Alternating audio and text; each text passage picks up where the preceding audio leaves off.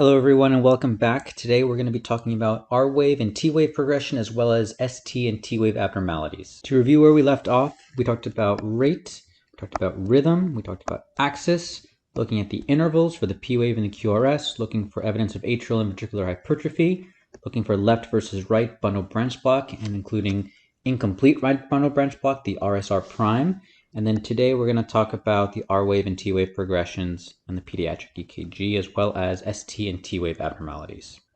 In a normal pediatric EKG, we look for an R-wave progression that slowly increases in size as you go from V1 through V6.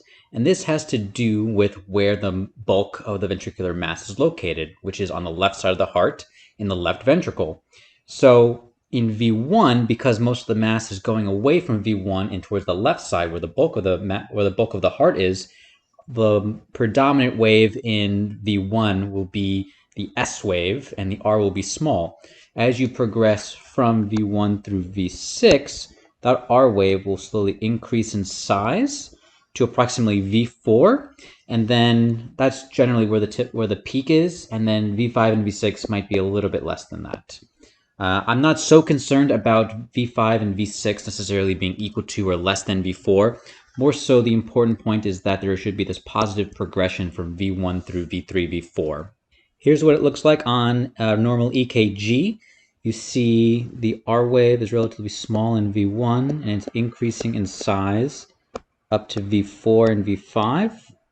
And this one actually hits its maximum, it looks like around V6, about V5, V6. Next, I want to talk about T waves. So the first important point to take away from this is that the T waves should be upright in V5 and V6. So I'm going to draw an up arrow here to show how important it is that they're upright in V5 and V6.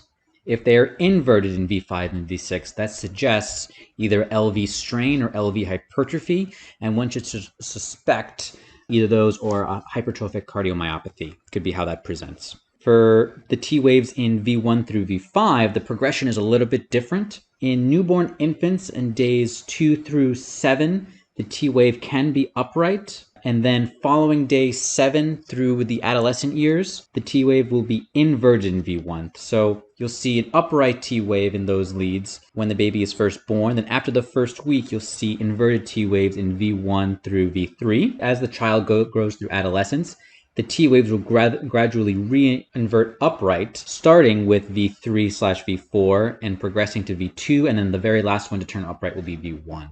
So if you see an inverted T wave in V1 through V4, look at the age of the patient. It should be upright in the first week of life.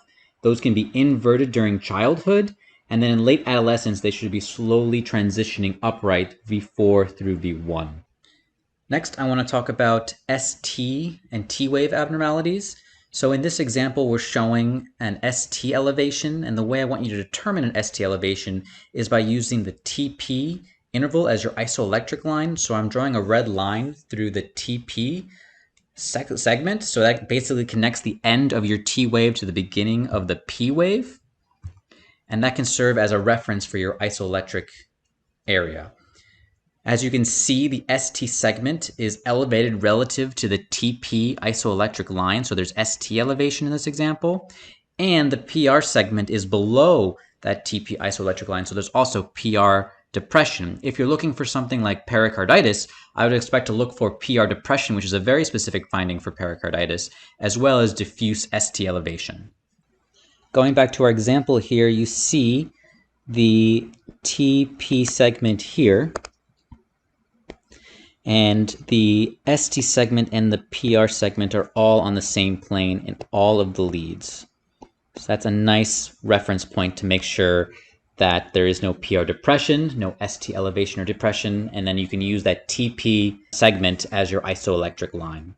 Some people use the PR, but that's assuming that the PR is the isoelectric area. Other things to look for besides ST elevation would be T-wave inversions. As I said before, a T-wave inversion can signify LV strain or LV hypertrophy. Look for those in asymptomatic teenagers as a signal that might have hypertrophic cardiomyopathy. So again, T waves in V5 and V6 should always be upright And that's a really important thing to look for in every single EKG. The next thing I want you to be aware of is ST elevation versus early repolarization. So here's a good example of early repolarization in two well-conditioned athletes. The one on the left is a normal finding in a white teenager, and the one on the right in figure B is an example of a normal finding in an African-American teenager. So white teenagers tend to have a concave distribution of their ST segment that tends to be a little bit elevated. Look for the J point at the end of the QRS complex. The J point is the point at the end of the QRS that separates the QRS from the ST segment. So that point will be elevated, giving the appearance of ST elevation, but then there should be an upward slant, which is more indicative of early repolarization rather than a true ST elevation. In order for there to be an ST elevation, look for more of a stepped-on appearance of the ST segment, as if it's completely flat and elevated. It can be confusing because in African American males where there's more of a convex rise, this could look more like an ST elevation, but actually you see there's an upward slope here. So this is still a normal finding and is indicative of early repolarization. All right, everyone, I think that's enough for today. We'll continue next time with some abnormal EKGs. Thanks a lot.